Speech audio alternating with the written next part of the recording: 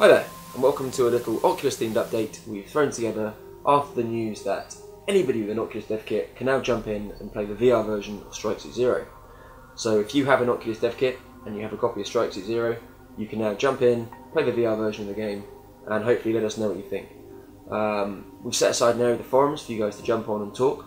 If you have any bugs or suggestions or comments, get on there and let us know what you think. That would be absolutely fantastic. There's still a lot of work our end that we need to do, and your input would really help in aiding us to do that. It should come as no surprise that we're massive fans of VR here at Born Ready Games. Oculus has come along and it's given a kick up the arse to the tech and made it relevant and viable again. It wasn't too long ago that the tech was made a mockery of, purely because it was a bit rubbish. But Oculus has come along and revitalised it and brought it to the forefront again, and in my mind at least, it's the real next generation of games.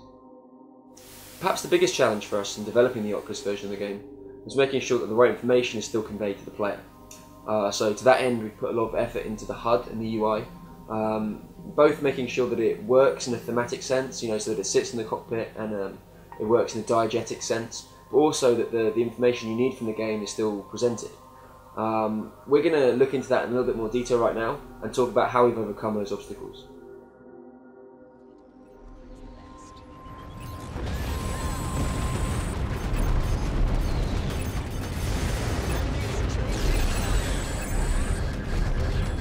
I guess the biggest problem was that there was so much information, and all the information was spread around the edges of the screen. So when we tried to scale it down to fit in the field of view, we realized that the text was unreadable. That was the main complication. There is no big difference in the HUD. The difference maybe is in the way we display the information. Let me explain it with the next example. Basically, imagine that you have a board in front of you. It's a huge board, so if you don't move your head, you can't see the whole information. So in order to access to the information, you have to keep moving your head around. We emulated that with the Oculus, with the head tracking. So basically, you just have to look around to see all the elements of the HUD. And I think it's cool because it adds a new level of immersion. Yeah. And it makes you feel that you are you have all the information around you. You have to take a look into the information, and basically the main difference from the main game is that the HUD is not in front of you. You have to look around the edges of the screen.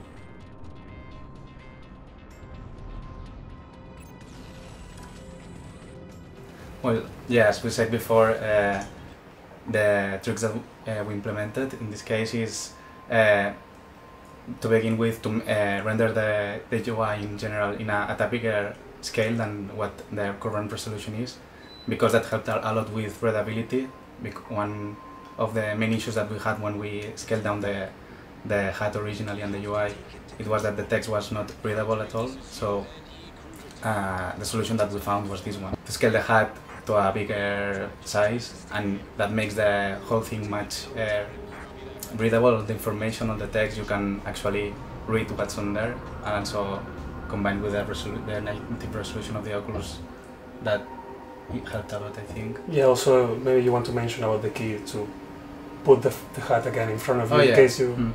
Well, a small trick that we also employed is that when you're in any menu, you can press G in your keyboard, and we are going to add a key for the gamepad also, but basically it resets the HUD orientation and the UI orientation to wherever you're looking, so that you don't get, if you get lost, you lose your menu or whatever, you can just press this key and it will reset it.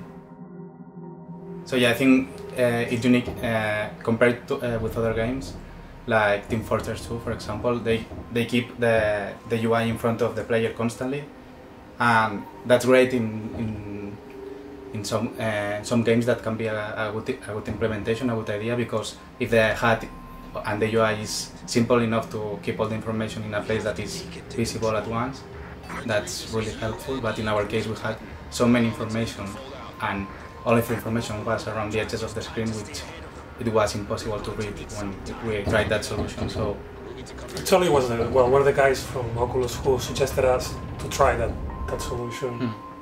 And I was trying it and see that it was a really good idea. So we keep kept working on that, and it turns out that people like it so far. So yeah, that's how the Oculus version of the game is coming along. There's still a lot of work to be done, but hopefully that's where you guys can come in and help us out. We've set aside an area of the forums for you to discuss bugs and suggestions and comments and anything else to do with the Oculus version of the game. So please do jump on there and get involved. Thanks for listening, and we'll be back more very soon.